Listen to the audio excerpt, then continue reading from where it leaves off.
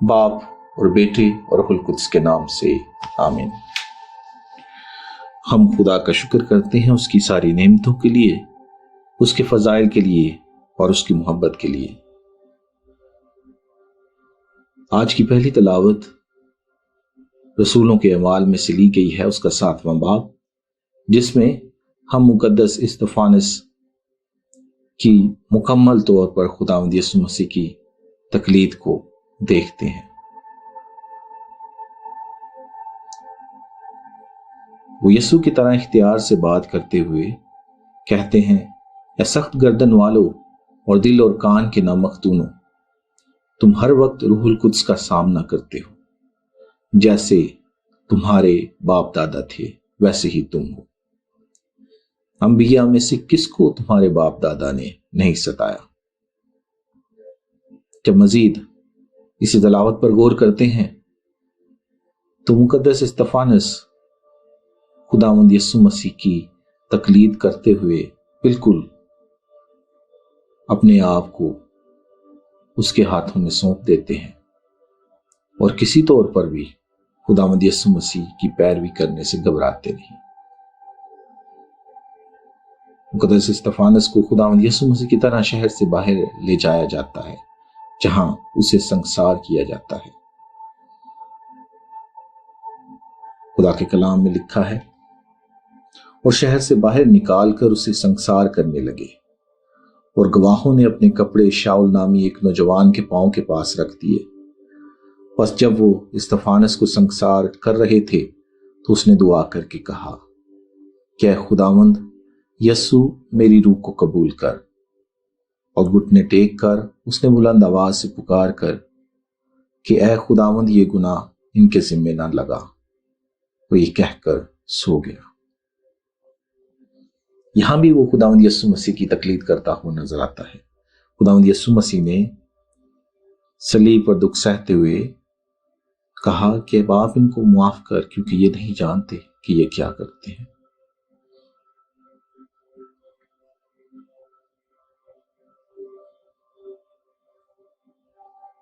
यीशु की तालीमात पर अमल करना हम सब पर वाजिब है।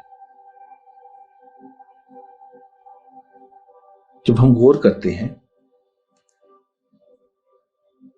तो लोग अपने हीरोज को, अपनी हीरोइंस को, उनको देखते हैं और ना सिर्फ देखते हैं बल्कि उनकी हर चीज को अपनाने की कोशिश करते हैं, उनकी तरह कपड़े पहनने की कोशिश करते हैं। जब बच्चों को देखते हैं तो अगर किसी बच्चे को कोई खिलाड़ी पसंद हो या कोई टीम पसंद हो तो वो उसका लिबास ज़ेब तन करना चाहता है। छोटे बच्चे स्पाइडरमैन को देखते हैं तो वो स्पाइडरमैन की तरह का लिबास पहनना चाहते हैं। और इसी तरह मुकद्दस इस्तफानस भी अपने हीरो यानी खुदावंद यीशु मसीह की पैरवी करते हुए अपनी जान देने से भी दरेग नहीं करता। तो यही दोस्ती का, मोहब्बत का अरूज है।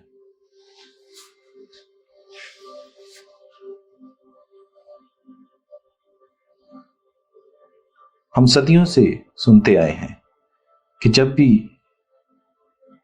यीशु की तालीमात को फैलाया जाता है, उसके पैगाम को दुनिया को सुनाया जाता है, तो अज़ियतें, मुश्किलें, सूबतें, परेशानियां बर्दाश्त करनी पड़ती हैं। और जो मुस्तहकम इरादे वाले होते हैं वो कभी भी पीछे नहीं हटते, बल्कि वो आगे बढ़ते जाते हैं। आज की अंजील मुकद्दस में, जो मुकद्दस यूहन्ना की अंजील उसके 6 बाब में से ली गई है, उसमें हम पढ़ते हैं,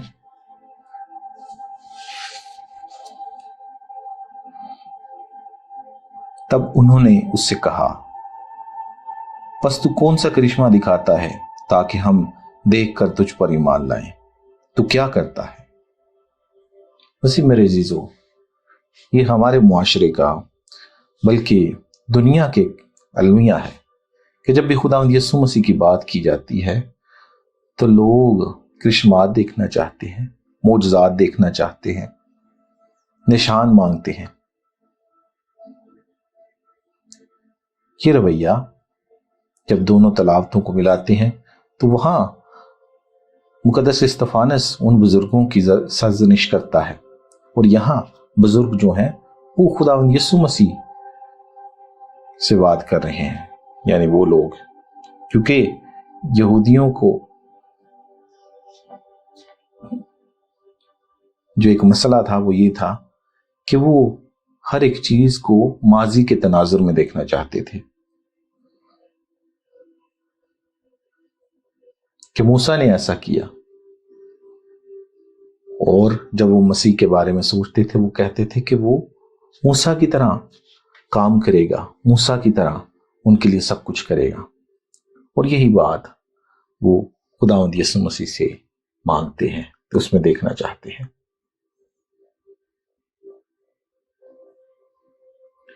आज की इंजील मुकद्दस की 32वीं आयत को अगर देखें तो लिखा है,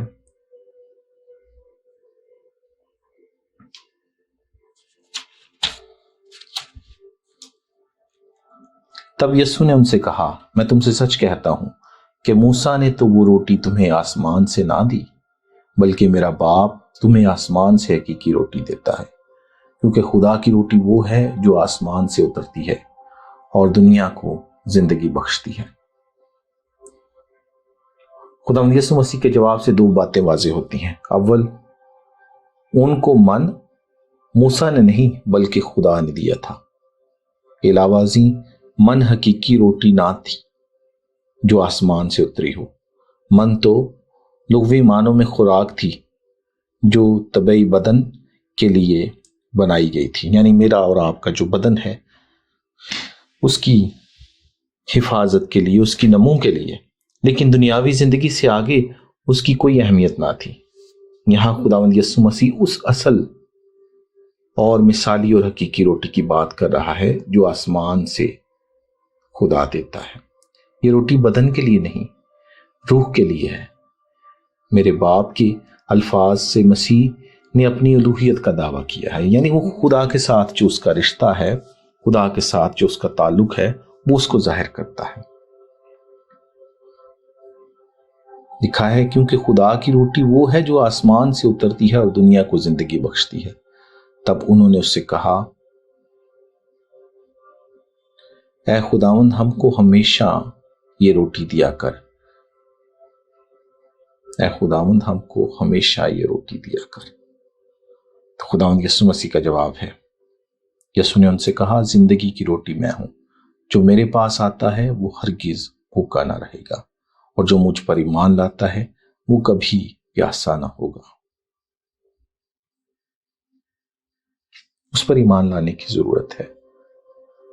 चंद एक सवालात जो मैं और आप आज के कलाम को देखते हुए अपने आप से कर सकते हैं कि क्या मेरा और आपका रवैया भी उन लोगों की तरह है जो निशानात मांगते हैं, जो करिश्मे मांगते हैं? क्या हम भी ऐसा करते हैं? क्या हमें भी गैर मामूली निशानात की जरूरत है? क्या हमारी जिंदगी का नस्बुल लैन या मकसद भी सिर्फ अपनी जरूरियात का पूरा करना है, या हम रूहानी तौर पर अपने आप को मजबूत करना चाहते हैं?